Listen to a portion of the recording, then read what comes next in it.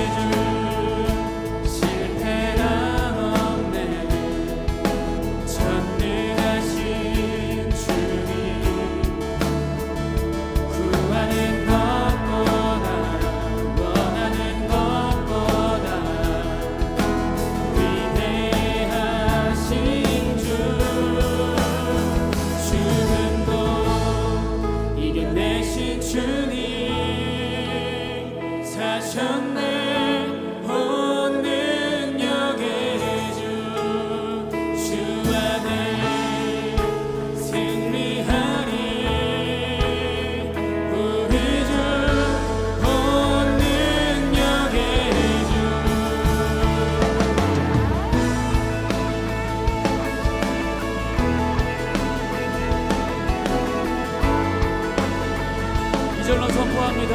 늘 우리와 함께 하시네. 인도하시네. 우리의 지식과 바램들보다 더 위대하신 주, 죽음도 이겨내신 주님,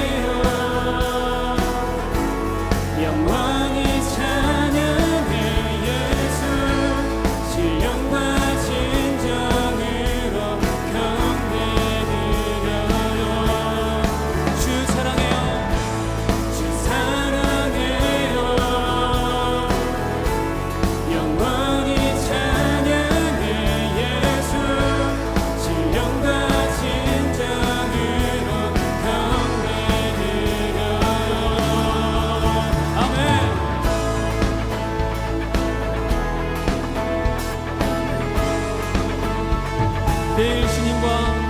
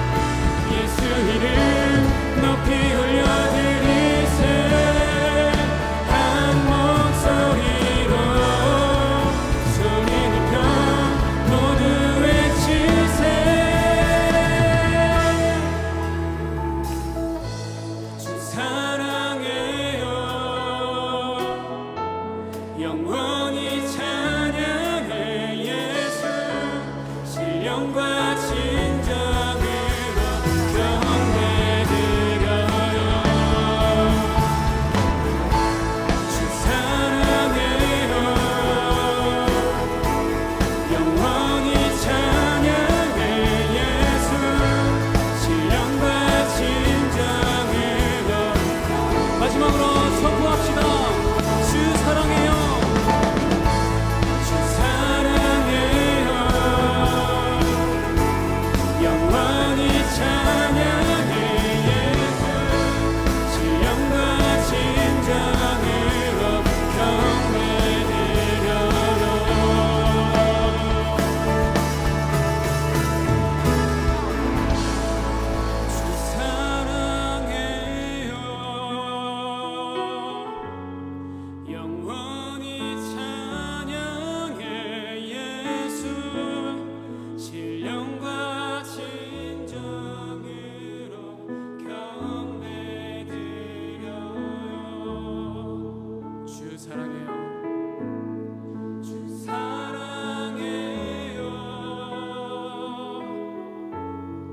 영원히 찬양해 예수 신령과 진정으로 경배드려요.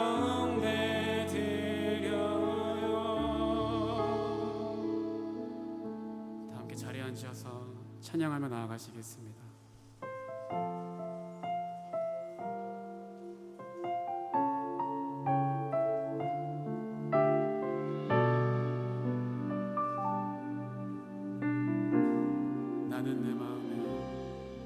나는 내 마음에 복음이 흥했던 곳에서 다시 아버지를 만나고,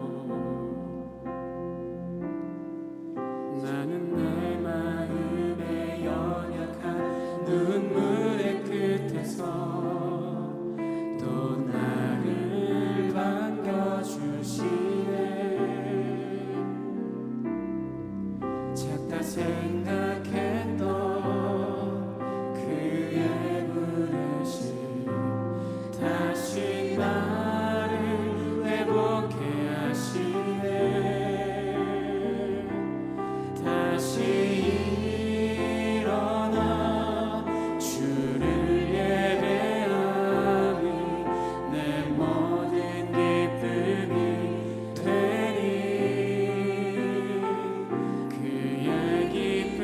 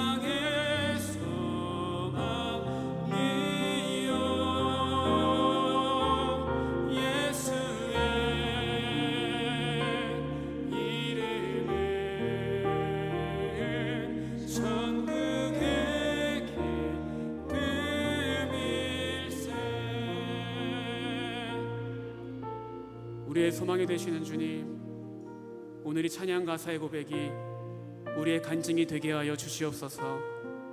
메마르고 갈급한 우리의 심령을 만지시는 그 하나님을 경험하게 되는 귀하고 복된 이 예배의 자리가 되게 하여 주시옵소서. 찬양 가운데에 임하시는 주님을 바라보게 하여 주시옵소서. 그렇게 향하실 주님 간절히 기대하고 소망합니다. 감사드리며 이 모든 말씀 살아계신 우리 주 예수 그리스도 이름으로 기도드립니다. 아멘. 그 주님께 한 번 더 감사와 영광의 박수 올려드립니다.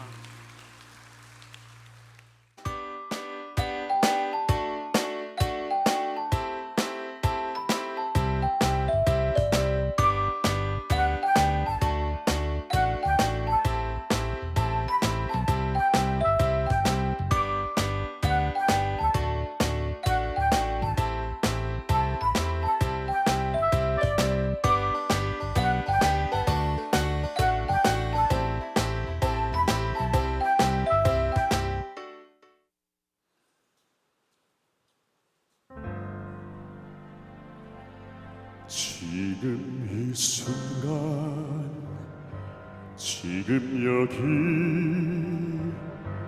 간절히 바라고 원했던 이 순간, 나만의 꿈이, 나만의 소원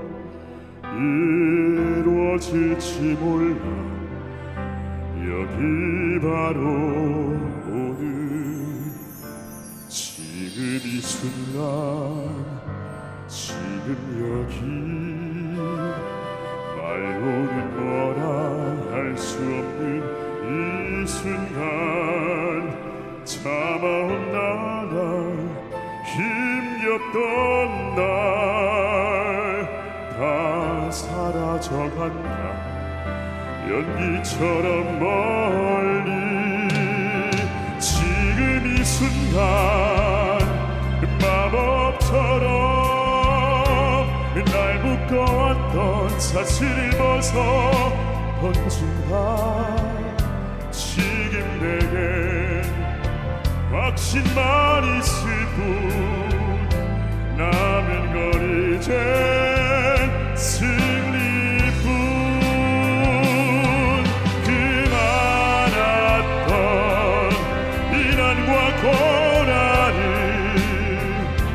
떨치고 일어서 세상으로 부딪혀 맞설 뿐.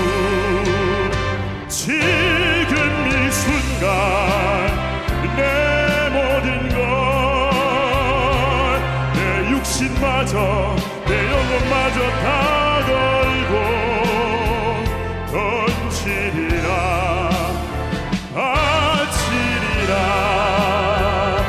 애타게 찾던 절실한 소원을 위해.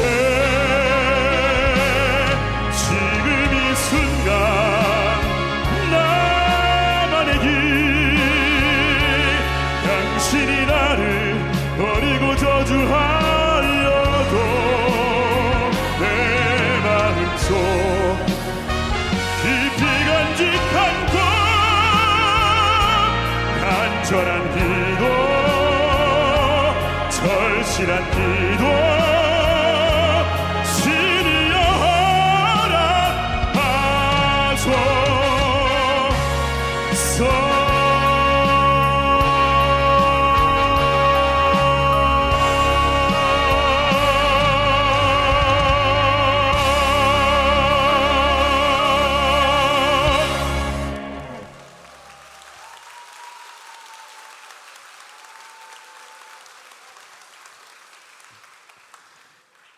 박수를 엄청 크게 쳐주시네요.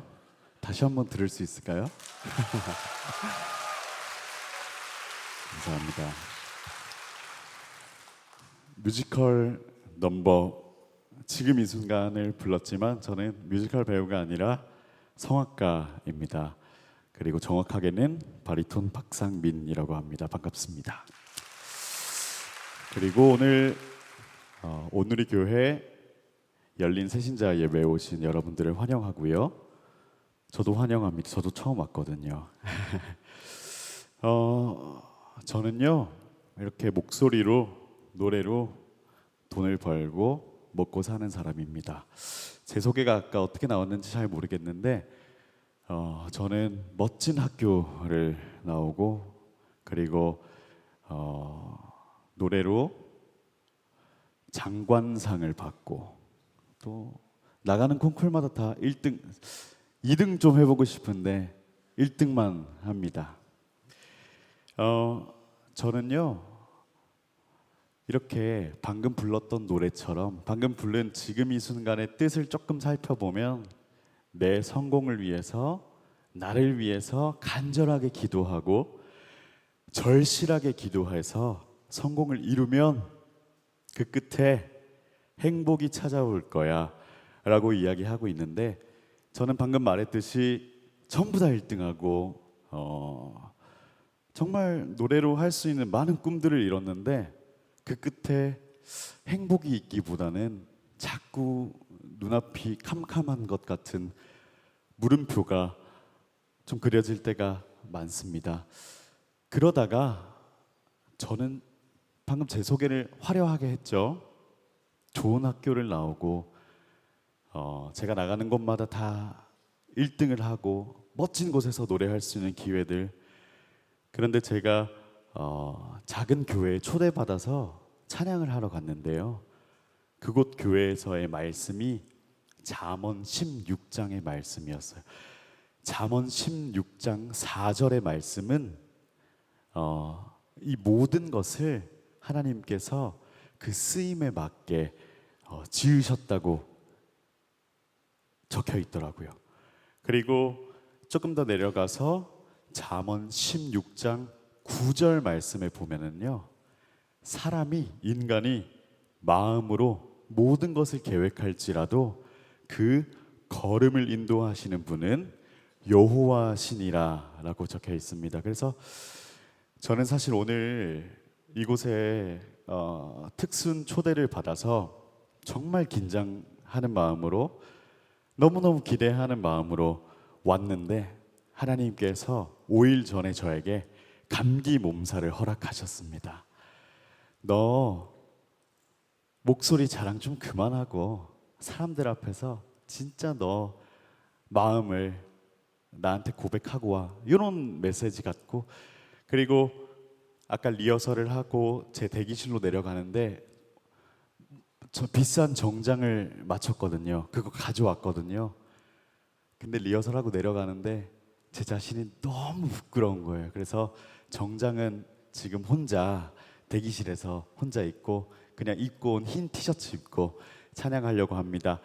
두 번째 찬양은요, 첫 번째 찬양이네요. 첫 번째는 찬양이 아니었고 제가 지금 이제 부를 찬양은요, 세상을 사는 지혜라는 찬양입니다. 첫 번째 곡은 지혜를 나 자신에게 구하고 내 성공을 위해서 기도하고 절실하게 다가갔다면, 이제는 나의 목소리와 나의 것을 좀 내려놓고 호흡으로 이 찬양을 좀 부르고 싶은데요. 아무리 열심히 연습하고 아무리 열심히 해서 성공을 이뤄도 나의 모든 호흡과 모든 것은 하나님께서 주신다는 그 때를 좀 기다리고 싶습니다. 그래서 저의 지식과 제 목소리와 지금 저의 모든 것을 좀 내려놓고 제 호흡으로 간절하게 이 찬양을 좀 부르고 싶습니다. 세상을 사는 지혜, 여러분들께 그리고 하나님께 고백해 보겠습니다. 감사합니다.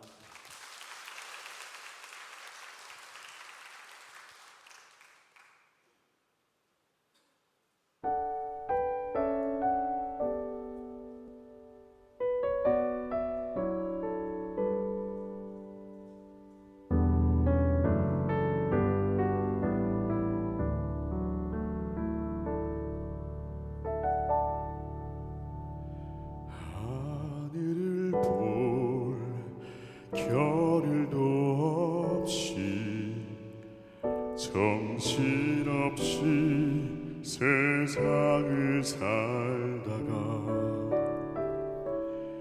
마음의 먹먹함이 내 삶을 짓누를 때 그제서야 주님을 찾습니다. 행복을 느낄 겨를도 없이 분주하게 세상을 살다가 인생의 허무함이 내 삶을 짓누를 때 그제서야 주님을 찾습니다. 오늘도 여전히 주님은 그 자리에서 우리를 끊임없이 돌보시는데 부족한 내 영혼은 아직도 갈 길을 모릅니다. 내게 믿음 주소서. 내 연약한 마음 돌보소서. 한없는 주님의 사랑 알게 하소서.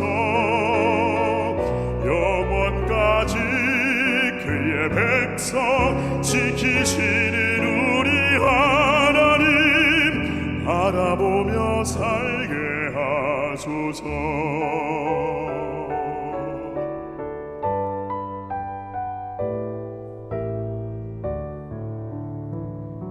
하늘을 볼 겨를도 없이 정신없이 세상을 살다가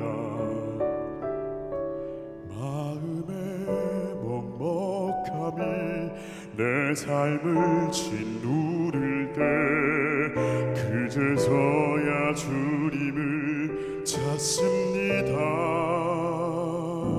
행복을 느낄 겨를도 없이 분주하게 세상을 살다가 인생의 허무함이 내 삶을 짓누를 때 그제서야 주님을 찾습니다.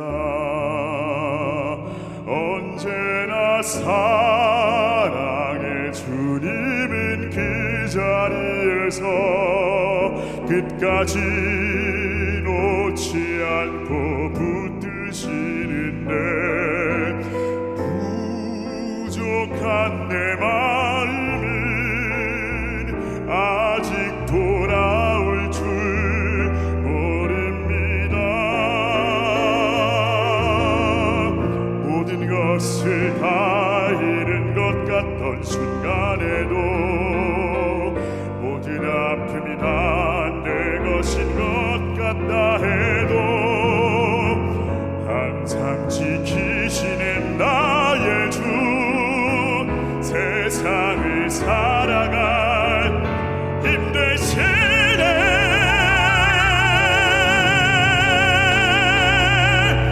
내게 믿음 주소서.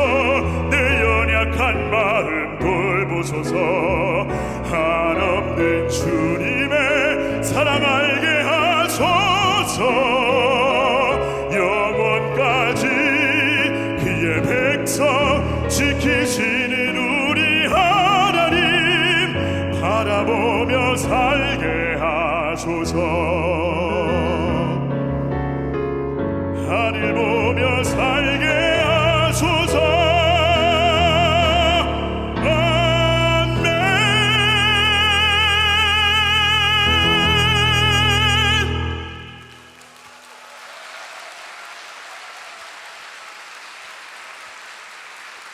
네, 귀한 간증과 아름다운 찬양으로 섬겨주신 우리 박상민 형제님께 한 번 더 박수로 축복하겠습니다.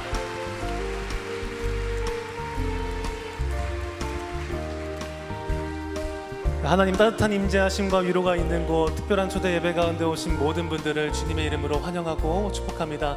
이 저녁 가운데 참 잘 오셨습니다. 우리 하나님의 은혜가 또 위로가 가득한 시간 되기를 소망합니다. 이 시간에는 오늘 예배 가운데 처음 오신 분이 계시다라면은 함께 환영하고 축복하는 시간을 가지고자 합니다. 혹시 오늘 예배에 처음 오신 분이 계시다면은 손을 들어서 한번 표현해 주십시오. 저희가 마음을 다하여 축복하고 환영하도록 하겠습니다. 네, 손을 들어서 한번 표현해 주시면은 오른쪽에 계십니다. 잘 오셨습니다. 환영하고 축복합니다. 잘 오셨습니다. 네, 위층에도 계십니다. 잘 오셨습니다. 환영하고 축복합니다. 네, 혹시 또 처음 오신 분이 계시다면 한번 손을 들어서 표현해 주십시오. 네, 중앙에도 계십니다. 잘 오셨습니다. 환영하고 축복합니다.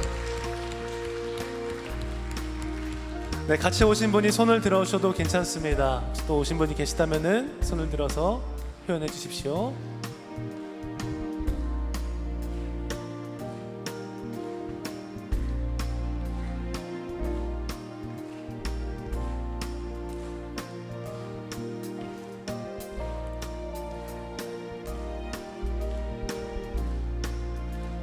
네, 오늘 처음 오신 분들과 또 혹시 자리에 일어나시진 않으셨지만 또 처음 오신 분이 계시다라면은 지금 잠시 자리에서 한번 일어나 주십시오. 저희가 선물을 또 전달해드리고 환영하는 시간을 가지고자 합니다. 자리에서 한번 일어나 주시면 감사하겠습니다. 너는 하나님의 사랑, 너는 하나님의 사랑, 아름다운 하나님의 사랑. 나는 널 위해 기도하며 내 길을 축복할 거야. 너는 하나님의 선물, 사랑스러운 하나님의 열매, 주의 품에 꽃 피운 나무가 되어줘. 나무가 되어줘. 나무가 되어줘. 나무가 되어줘. 환영하고 축복합니다. 너무 잘 오셨습니다. 네, 자리에 앉으셔도 괜찮습니다. 오늘 예배 처음 오신 분들께서는 예배가 마친 이후에 자리에 잠시 남아 계셔 주십시오. 저희 스태프들이 가서 인사를 나누실 텐데요. 같이 이야기 나누시고 인사 나누시고 돌아가시면 좋을 것 같습니다. 교회 등록과 기타 문의가 있으신 분들은 본당 2층 뒤편에 있는 안내 데스크로 오셔서 또 문의를 해주십시오. 저희가 친절히 안내를 해드리도록 하겠습니다. 예배가 마친 이후에는 이곳에 한층 아래에 있는 순영원에서 새가족 교육이 진행되고 있습니다. 관심 있는 분들의 많은 참여를 부탁드립니다. 무더위가 기승을 부리는 7월 마지막 주입니다. 우리가 또 마지막 주의 주제 영상을 보시고 계속해서 순서를 이어가도록 하겠습니다.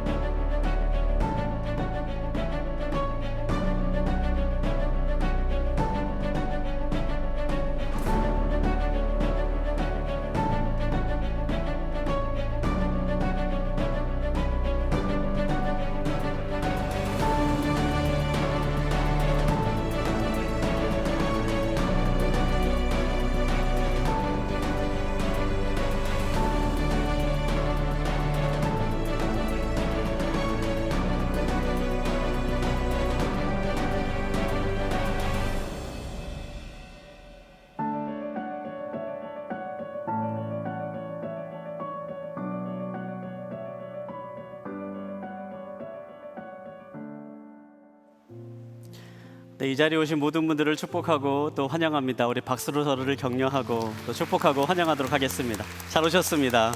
네, 잘 오셨습니다.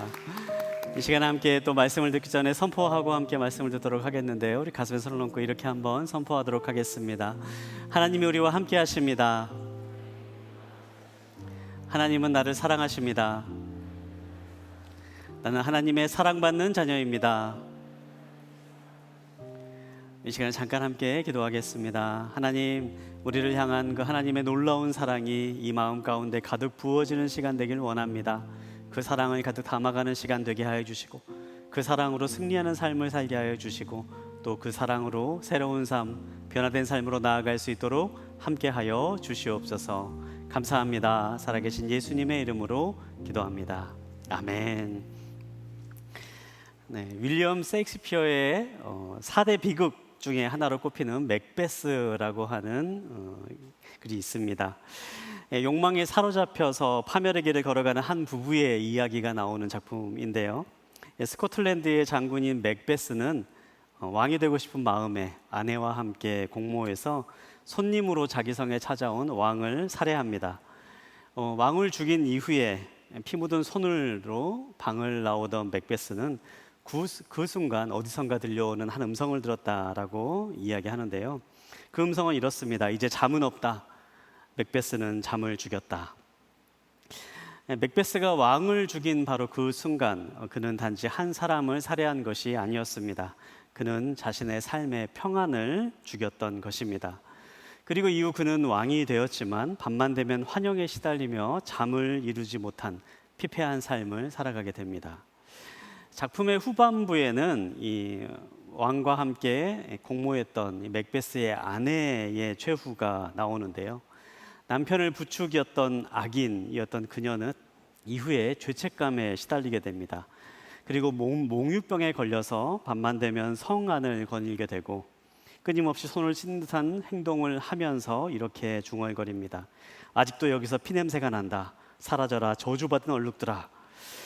이렇게 이상한 행동을 하다가 결국 이 그녀는 죽음을 맞이하게 됩니다. 이 이야기의 끝은 이 부부가 비극적인 죽음으로 맞이하는 것으로 끝나게 되는데요. 그들의 삶을 보면 왕이 되고 또 왕비가 되는 그들이 원했던 것을 이룬 것처럼 보이는 삶을 삽니다. 하지만 그들은 과거 욕망의 지배당해 왕을 살해했던 바로 그날 밤에 계속 붙들린 삶을 살아가고 있었습니다. 시간이 흘러가고 과거는 사라지지 않았고 그 과거는 현재를 무너뜨렸고 또 미래를 빼앗아가 버리고 만 것입니다. 우리는 이번 한 달 동안 쉼이 필요한 당신이라는 주제를 가지고 쉼을 빼앗아가는 여러 순간들을 함께 살펴보았습니다. 일에 붙들려 멈추지 못했던 마리아의 이야기를 함께 살펴보았고 또 채워지지 않는 목마름에 허덕였던 사마리아 여인의 이야기도 살펴보았습니다. 또 사람들 사이에서 외로워했던 삭개오의 이야기도 함께 살펴보았는데요. 오늘은 마지막 시간으로 다시 시작하고 싶은 당신이라는 제목으로 함께 말씀을 나누려고 합니다. 지나간 과거에 붙들려서 쉼을 누리지 못했던 한 사람의 이야기, 베드로의 이야기를 함께 살펴보면서 우리의 삶 가운데 진정한 쉼과 평안이 임하는 축복이 있게 되기를 간절히 소망합니다.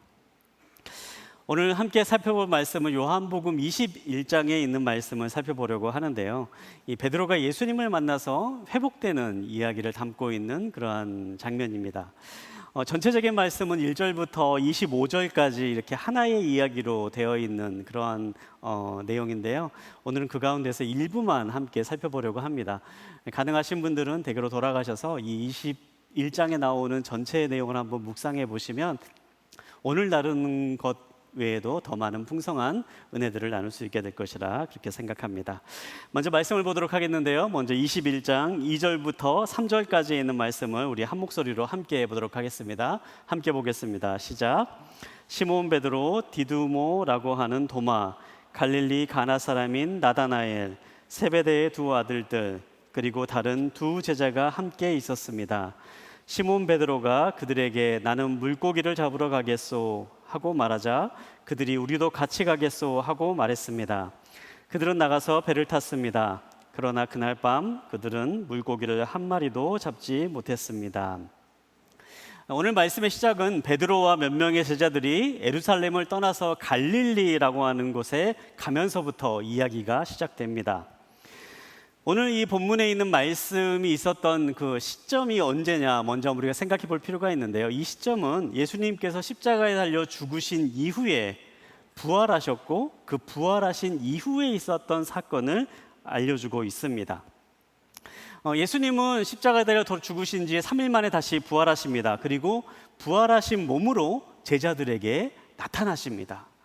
자신의 몸을 보여주시고 또 만져보게 하시면서 이미 2차례 제자들은 그 부활의 주님을 직접 만나면서 예수님의 부활이 실제 일어난 사건임을 확인하였습니다. 예수님의 부활을 안다라는 것, 예수님의 부활을 믿는다라는 것은 우리들의 믿음에서 어찌 보면 가장 중요한 것입니다. 여러분 예수님의 부활을 믿으십니까? 예수님의 부활을 믿으십니까? 그 부활을 믿는 믿음이 생기게 되기를 소망합니다. 왜 예수님의 부활이 가장 중요한 사건이냐? 예수님께서는 많은 말씀을 하셨죠. 그리고 자신에 대해서도 말씀하시고 또 자신에게 일어날 일도 말씀하셨습니다. 자신이 십자가에 고난을 당해서 죽게 될 것이고 3일 만에 다시 살아날 것이다 라고 하는 이야기를 십자가에 달리시기 전에 제자들에게 먼저 하셨습니다. 그것도 여러 차례, 3차례 이상 제자들에게 이야기하시지요.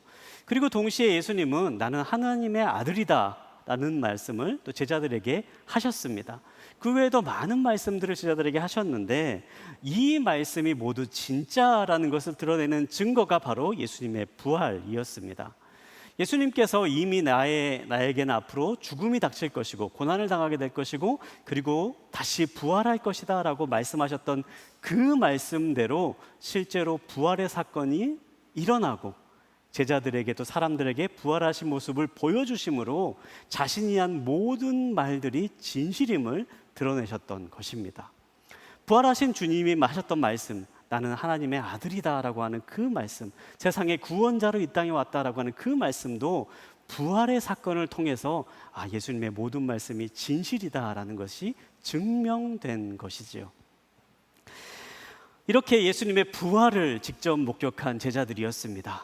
정말 예수님이 이제 하나님의 아들이 맞구나. 정말 하나님의 아들로서 우리에게 오셨구나. 우리의 구원자가 되시는 분이시다라는 확실한 증거를 경험한 제자들입니다. 그런데 어떻게 됩니까? 그렇게 경험한 제자들이지만 그 제자들은 어찌된 영문인지 오늘 본문에 있는 말씀을 보면 고향으로 돌아가겠다라고 그렇게 말합니다. 그리고 더 나아가서 과거에 그들이 했던 것처럼 물고기를 잡아야겠다라고 그렇게 말하고 있습니다. 한번 생각해 보면요, 예수님께서 정말 부활하셨다. 그리고 그분이 하나님의 아들이 정말 하나님의 아들이시구나라는 사실을 알게 되었다면 어떤 행동이 자연스러울까요? 아마도 나도 이제 예수님의 제자로서 어떻게 살아가야 될 것인가, 어떻게 하면 그러한 예수님을 전해야 될 것인가, 또 예수님이 어떤 말씀을 하셨는가, 그런 것들을 생각하고 고민하는 것이 좀 자연스러워 보이는 그러한 모습입니다. 그런데 제자들은 그런 모습을 보이지 않고 있죠. 오히려 모든 것을 다 버려두고 나는 고향으로 돌아가서 물고기를 잡는 예전의 삶을 그냥 살아야겠다, 그렇게 말을 하고 있는 것입니다. 도대체 어떤 일이 일어났기 때문일까요? 우리가 흔히 사람이 예상하지 못하던 일을 하거나 또 안 하던 일을 하면 그 사람이 지금 뭔가 심상치 않은 일이 있구나, 이제 그렇게 생각해 봐야 된다, 이제 그런 말을 합니다. 자, 그래서 이제 이 말씀을 묵상하다가요, 그 예전에 한 분이 이제 강연 가운데 하셨던 말씀이 생각났어요. 그 남편이 평소에 안 보던 TV 프로그램을 보면 긴장해야 된다라고 그렇게 얘기를 하는 거예요. 그 남편이 뭔가 심상치 않은 거다라고 얘기하는 겁니다. 평소에 주말만 되면은 집에서 야구를 보던 축구를 보던 그렇게 누워있던 남편이 갑자기 어느 날부터 나는 자연이다를 보기 시작을 하면서 자연과 함께하는 사람들의 이야기를 보기 시작을 하면 그때는 뭔가 심상치 않은 일이 일어나고 있구나라고 그렇게 생각해야 된다 얘기를 하는 겁니다. 저도 가끔 이제 보긴 합니다만요. 그 보면 어떻습니까? 가끔 이제 정말 이 도시를 다 떠나가지고 어디선가 좀 훌쩍 가서 혼자 살고 싶다, 그런 생각이 들 때, 뭔가 복잡하고 뭔가 어디론가 가고 싶다라는 마음이 들 때, 그럴 때 이제 그런 TV 프로그램을 보게 되지 않습니까? 근데 제자들이 바로 그러한 마음이 아니었나 생각을 해보는 거죠. 너무나도 혼란스러운 상황 가운데 있기 때문에, 내가 정말 지금 어떻게 될지 알지 못하는 그런 상황 가운데 있기 때문에 그냥 차라리 다 털어버리고 그냥 고향으로 돌아가서 그렇게 살면 좋겠다 라는 그러한 마음으로 제자들이 가지 않았을까 생각을 해봅니다. 부활을 직접 눈으로 경험했지만, 그리고 제자들은 부활이 사실이라는 사실을 분명하게 알았지만 제자들은 오히려 더 예수님으로부터 멀어지는 길을 걸어가려고 하고 있습니다. 왜 그랬을까요? 혼란스러웠기 때문이죠. 그리고 두려웠기 때문입니다. 제자들은 예수님의 십자가 사건을 직접 경험했습니다. 눈으로 목격하고 그토록 사랑했던 예수님이 십자가에 달려 죽으시는 것을 멀리서나마 지켜보았습니다. 그리고 그 과정 가운데 있었던 모든 충격적인 사건들을 경험했습니다. 그리고 무엇보다도 자신들이 얼마나 비참한 존재인지를 그 순간 깨달았습니다. 제자들 중에 단 한 명도 예수님의 곁을 지키지 않았던 거죠. 예수님이 붙잡혀 있던 그 밤, 제자들은 다 도망쳐 버립니다. 예수님의 십자가 아래 있었던 사람은 여인들 뿐이었습니다. 거의 모든 제자들은 다 자기 살 길을 찾아서 그렇게 도망쳐 버리고 말았던 거죠. 그랬던 제자들이 예수님이 부활하셨다라는 소식을 듣습니다. 이 부활의 소식은 놀랍고 기쁜 소식인 것과 동시에 내가 얼마나 형편없는 존재였는가를 깨닫게 해주는 그러한 순간이었던 것입니다. 예수님의 문제가 아닌 나 자신의 문제로 내가 했던 행동에 발목 잡혀서 그러한 연약함과 부족함을 너무나도 잘 알고 있기 때문에 제자들은 예수님 곁이 아닌 과거의 자신의 삶으로 돌아가고 싶다라고 그렇게 결단했던 것입니다. 현실의 문제 앞에 연약한 자신을 보며 도망쳐버리고 싶은 마음이 제자들에게 있었던 거죠. 마가복음 4장을 보면 우리가 이렇게 어디론가 도망치고 싶은 그러한 순간 우리가 기억해야 될 것이 어떠한 것인지를 우리에게 알려주는 좋은 장면이 나옵니다. 이 마가복음 4장에는요, 예수님께서 제자들과 함께 배를 타고 갈릴리 호수를 건너가는 이야기가 나옵니다. 호수 한가운데를 지나가고 있을 때 갑자기 거대한 풍랑이 배를 덮치게 됩니다. 도저히 선술 수 없을 만큼 큰 바람과 파도가 몰려오는 가운데서 이제 모두가 다 죽게 되었다라고 그렇게 두려움에 떨던 순간 예수님이 자리에서 일어나셔서 풍랑을 꾸짖으십니다. 그리고 풍랑이 이내 잠잠게 되는 놀라운 기적을 일으켜 주십니다. 근데 우리가 이후에 예수님께서 하셨던 말씀을 한번 기억할 필요가 있습니다. 예수님께서 이렇게 풍랑을 잠잠케 하신 기적을 행하신 이후에 제자들에게 말씀하십니다.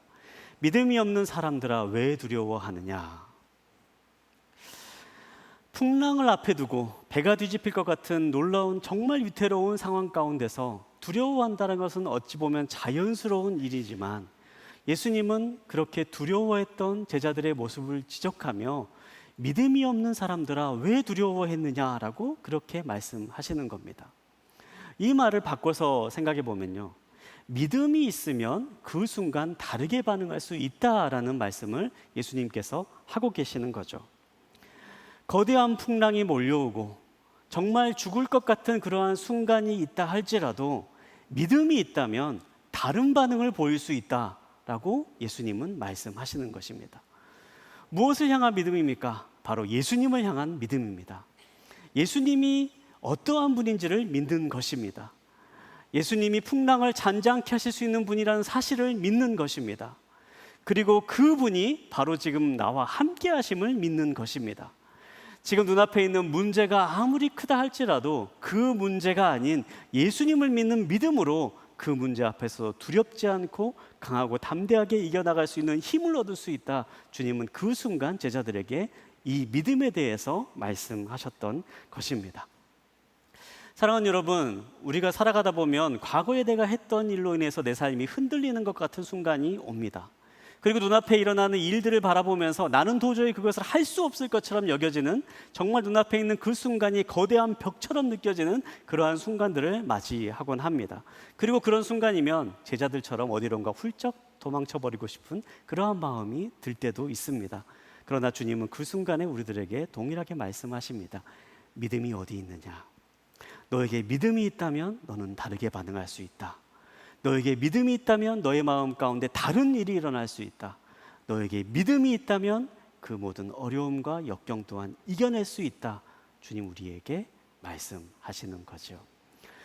사랑하는 여러분, 우리가 그 믿음을 갖게 되기를 소망합니다. 예수 그리스도로부터 오는 그 믿음을 얻게 되기를 소망합니다. 우리가 매일 주일 이곳에 와서 고백했던 그 고백처럼 하나님이 우리와 함께 하신다라는 그 고백을 정말 믿으며 살 수 있게 되기를 소망합니다. 그리고 하나님이 나를 사랑하십니다. 나는 하나님의 사랑받는 자녀입니다라는 그 고백을 믿음의 고백으로 받아들이며 매 순간순간 살아갈 수 있게 되기를 바랍니다. 그렇게 될 때에 어떠한 순간이 우리의 삶 앞에 다가온다 할지라도 우리는 다른 반응을 할 수가 있습니다. 믿음의 반응을 할 수 있고 이겨낼 수 있는 힘을 얻을 수가 있고 그곳에서 흔들리지 않고 평안함을 누릴 수 있는 힘을 얻을 수 있게 되는 것입니다. 사랑하는 여러분, 이 사실을 기억하십시오. 예수님을 만나십시오. 그분 안에서 믿음으로 그분을 붙드시기 바랍니다. 부활의 주님을 알았지만 제자들은 여전히 무너진 삶의 자리를 살아가고 있습니다. 그리고 그러한 제자들을 위해서 오늘 본문에 있는 요한복음 21장에 있는 말씀을 보면 예수님께서는 3가지 특별한 선물을 준비하십니다. 숯불과 물고기와 빵, 이 3가지 선물을 주십니다. 우리 9절에 있는 말씀을 함께 보도록 하겠는데요. 9절에 있는 말씀 우리 한 목소리로 함께 보도록 하겠습니다. 시작. 제자들이 육지에 도착해서 보니 숯불을 피워 놓았는데 숯불 위에는 생선이 놓여 있었고 빵도 있었습니다. 아멘. 밤새 물고기를 잡고 돌아온 제자들을 위해서 예수님은 그들이 먹을 수 있는 생선과 빵을 준비하시고 또 몸을 따뜻하게 녹일 수 있도록 숯불을 피워놓고 그들을 기다리셨습니다. 예수님께서 이 순간에 제자들에게 특별한 아침 식사를 준비해 놓고 계신 것이죠. 제가 이 말씀 묵상하면요, 예전에 결혼 초에 저희 아내가 했던 말이 생각이 납니다. 이 결혼 초에 저희 아내가 이제 이런 얘기를 하더라고요. 자기가 오래도록 결혼하기 전부터 가지고 있었던 이렇게 신혼생활의 로망 같은 게 있다라고 그렇게 얘기를 하는 겁니다. 그래서 뭐냐고 물어봤더니요, 이제 그런 말을 하는 거예요.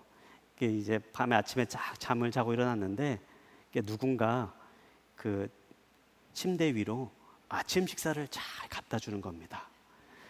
막 계란도 해주고 막 이렇게 맛있게 요리를 해가지고 아침 식사를 갖다 주는 그러한 로망을 아주 옛날부터 가지고 있었다. 그러면 얼마나 좋겠는가. 막 그렇게 얘기를 하는 겁니다. 제가 그 말을 듣고요, 저희 아내에게 이렇게 얘기해 줬습니다. 나도 그렇다. 나도 그런 로망이 있다. 나도 아침밥 누가 차려주면 좋겠다. 제가 물론 뭐 정답은 아니었습니다만 저는 이 장면 보면요, 그때가 생각이 납니다. 그리고 이 순간에 제자들이 얼마나 기분이 좋았을까, 그런 생각을 해봅니다.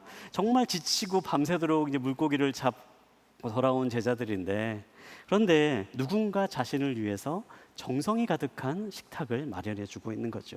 그것도 예수님이 정성껏 마련해 주시는 그러한 아침 식사가 준비되어 있습니다. 이 순간은 얼마나 행복했을까, 그런 생각을 해봅니다. 그런데 오늘 본문에 있는 말씀을 보면요, 오늘 이 자리가요 그렇게 행복하기만 한 자리는 또 아니었던 것 같습니다. 이 자리에는요 좀 더 깊이 있는 의미가 담겨져 있었는데요.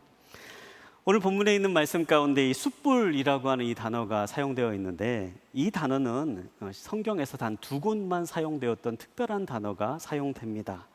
오늘 우리가 함께 본 요한복음 21장에 있는 이 장면과 함께 요한복음 18장 18절에 있는 장면에 동일한 단어가 단 2차례만 성경 전체에 기록되어 있는데요. 같은 요한복음에서 이 동일한 단어를 사용했던 이 사실은 요한이 특별히 이 두 장면이 서로 연결되어 있다는 의미를 암시하기 위해서 사용한 단어였습니다. 요한복음 18장은 예수님께서 붙잡히시던 날 밤에 있었던 사건입니다. 예수님께서 로마 군인에 끌려다녔을 때 제자들은 모두 다 뿔뿔이 흩어져 버립니다. 행여 자신도 예수님처럼 붙잡히게 되진 않을까라는 그러한 두려움에 모두가 다 도망쳐 버린 거지요. 하지만 그 가운데 베드로와 또 한 명의 알 수 없는 사람만, 이름을 알 수 없는 사람만 예수님을 끌고 간 그 무리를 뒤쫓아 갑니다. 그리고 그들은 무리를 따라서 대제사장의 집 마당까지 따라가게 됩니다.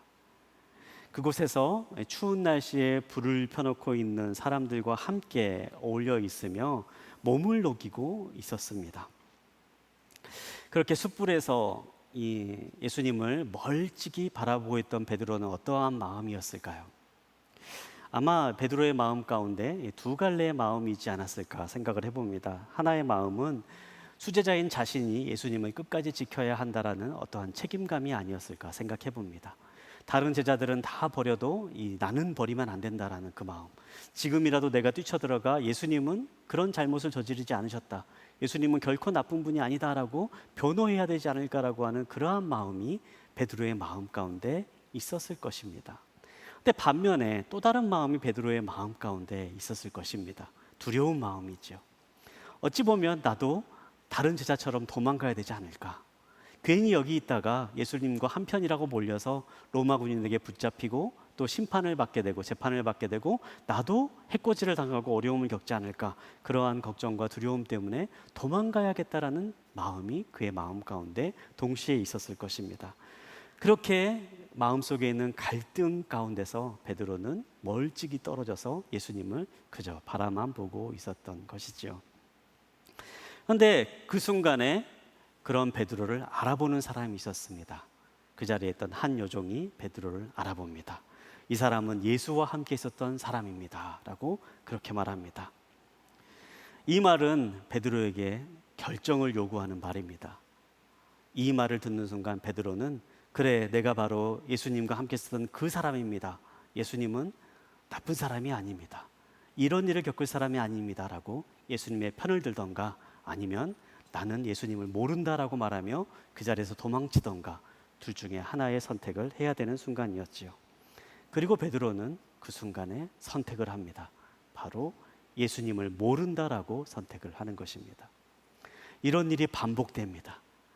세 차례나 이 여종이 계속해서 물어봅니다. 당신은 정말 예수님과 함께 했던 사람이었는데 아닙니까? 그럴 때마다 아니다, 내가 그런 사람이라면 저주받아 마땅하다, 나는 그런 사람 아니다, 그렇게 세 차례 반복해서 예수님을 부인합니다. 그리고 그 순간 새벽닭이 울었다라고 기록합니다.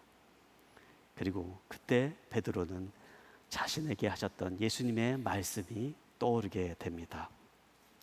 요한복음 13장 37절과 38절에 있는 말씀입니다. 우리 37절과 38절에 있는 말씀을 한 목소리로 함께 보겠습니다. 시작.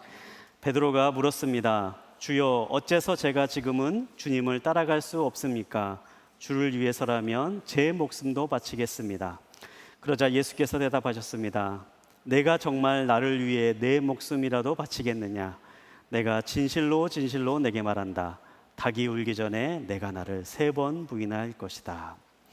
그 순간 베드로는 과거 자신에게 예수님이 하셨던 이 말씀을 떠올립니다. 베드로는 다시 결정할 수 있습니다. 아니요, 나는 예수님을 믿는 사람이요, 예수님을 아는 사람이요, 나는 예수님과 함께 있겠소, 결정할 수도 있습니다. 그러나 베드로는 그렇게 결정하지 않습니다.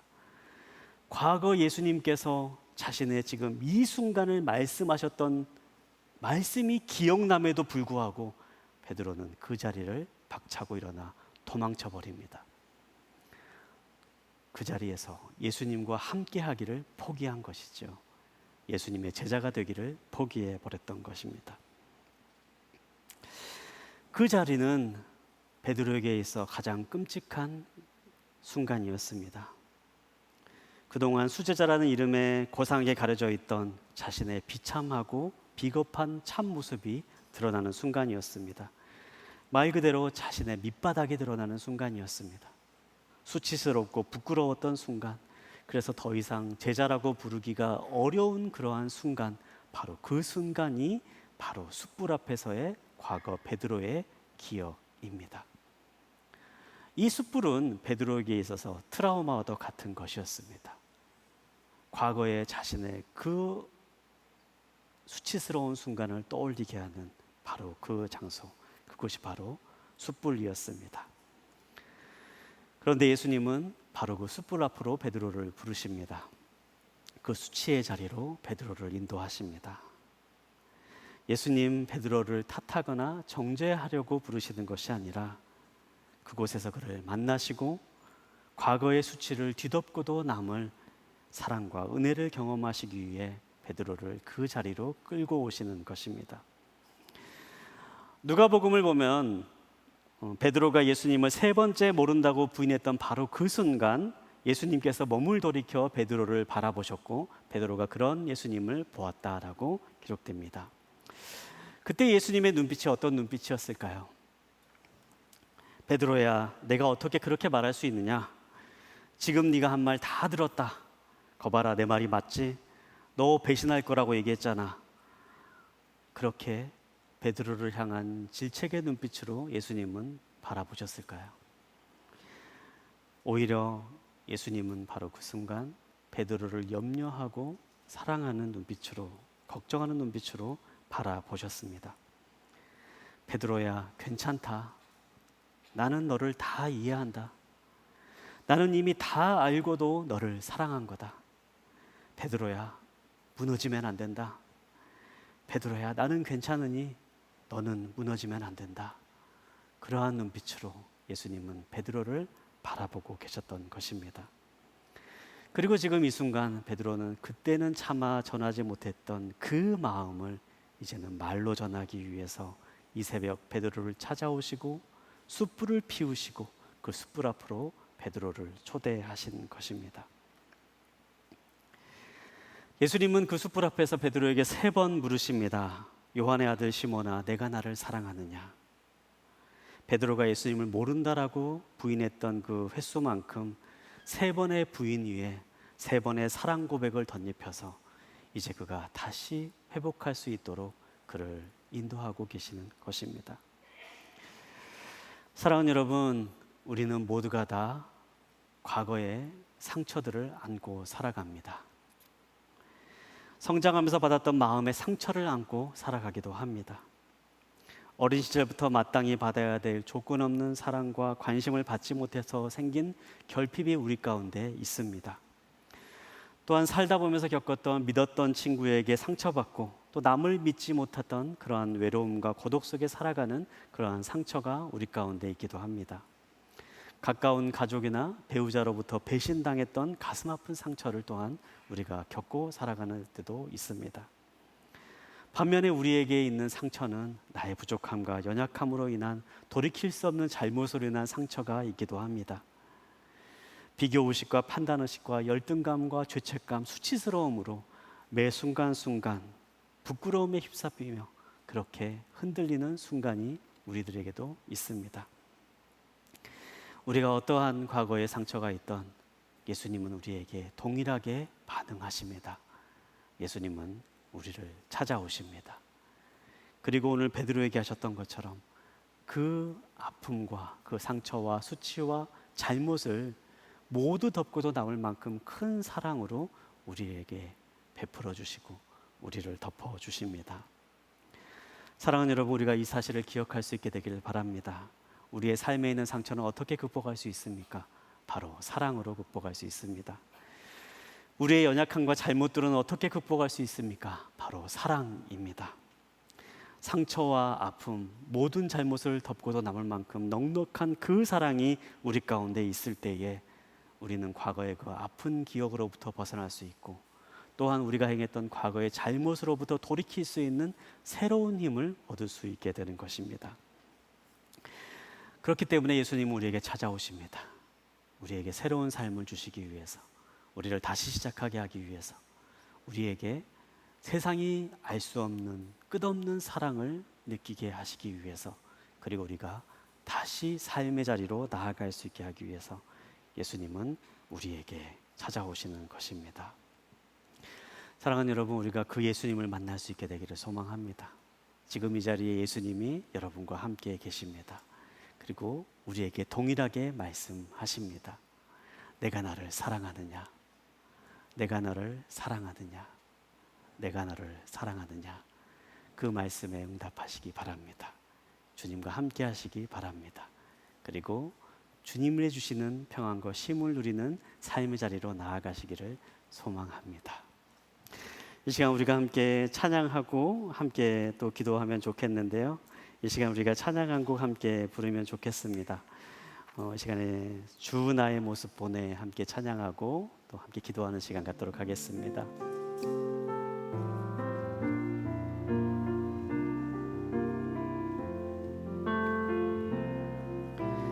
주 나의 모습 보내 상한 나의 맘 보시네 주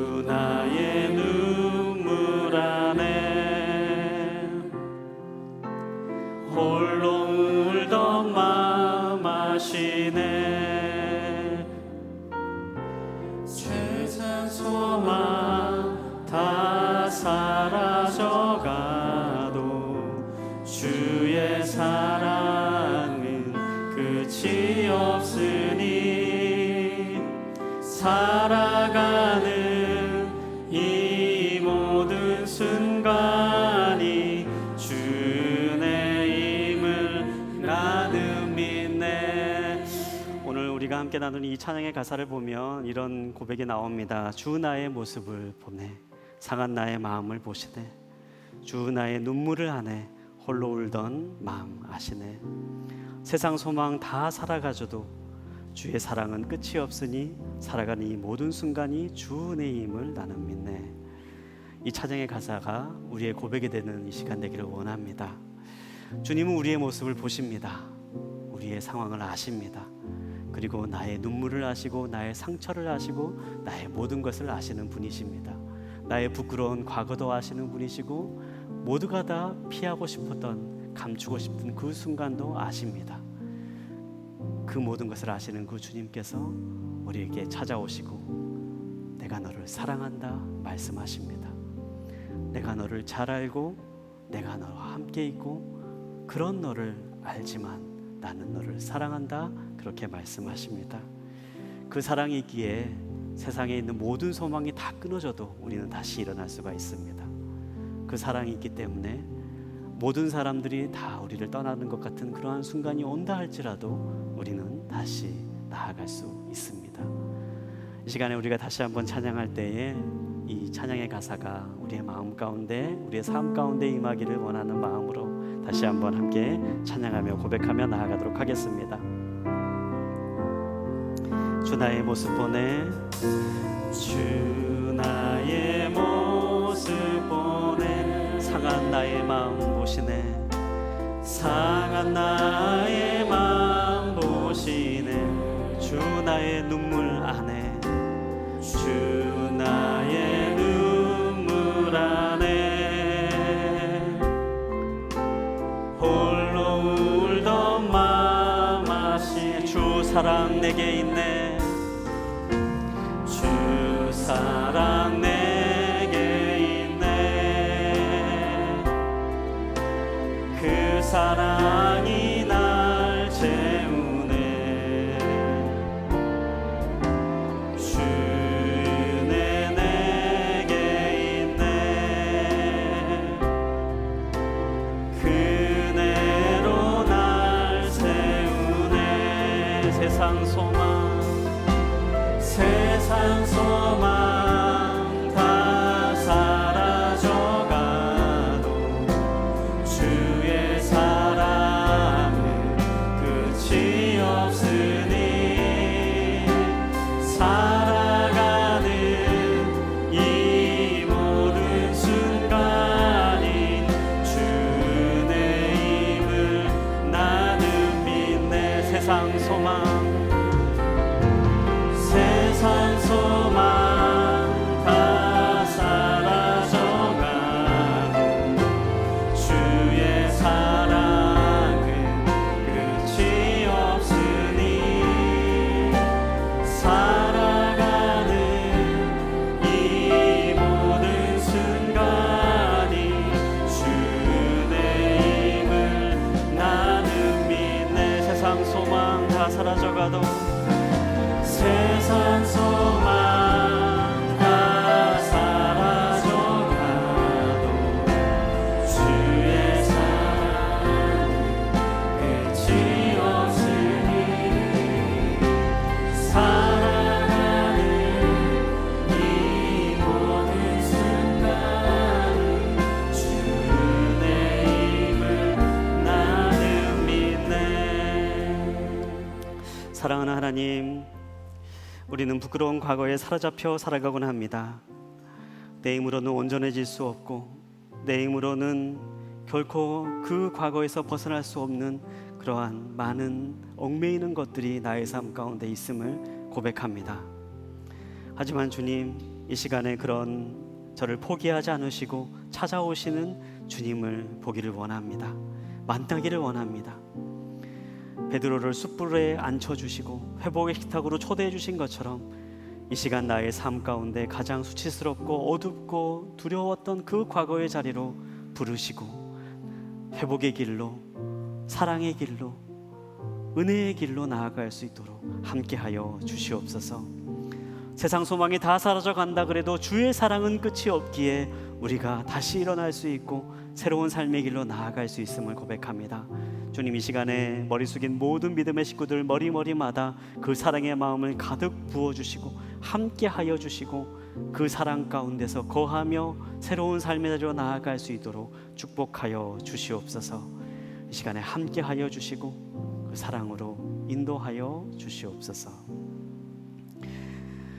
이젠 우리를 구원하신 예수 그리스도의 크신 은혜와 하늘아버지의 끝없는 사랑과 성령님의 교통하심이 오늘 말씀을 묵상하며 우리를 향한 주님의 초대와 주님의 사랑을 기억하며 그 사랑 안에 온전히 거하며 주님 안에서 승리하는 삶, 새로운 삶의 자리로 나아가기를 소망하며 다짐하는 이 자리에 모인 모든 믿음의 식구들 머리 위에와 그 가정과 일터와 자녀 위에, 이 나라의 민족과 선교사님 위에 이제로부터 영원히 함께 하시기를 간절히 축원하옵나이다. 아멘.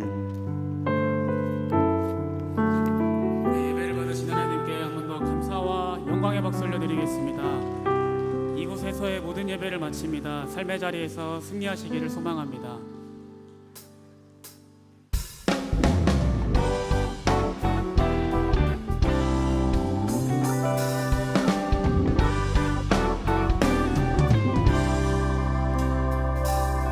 주를 찾는 모든 자들이 주로 말미암아 기뻐하고 즐거워하게 하시며 주의 구원을 사랑하는 자들이 항상 말하기를 하나님은 위대하시다 하게 하소서.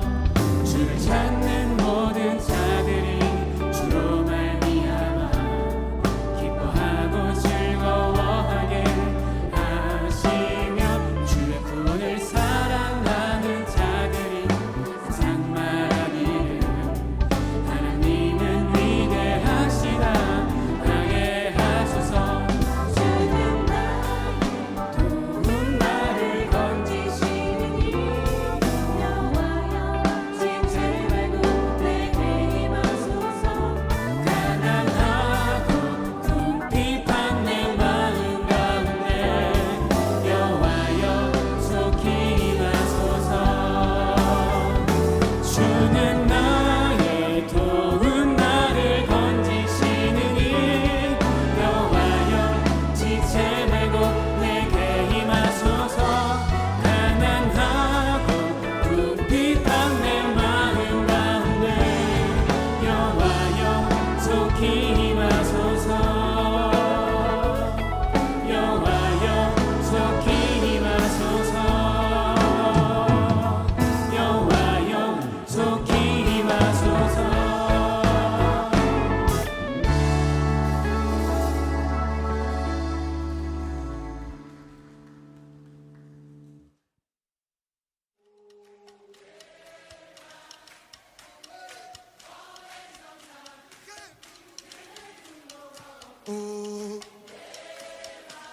You lead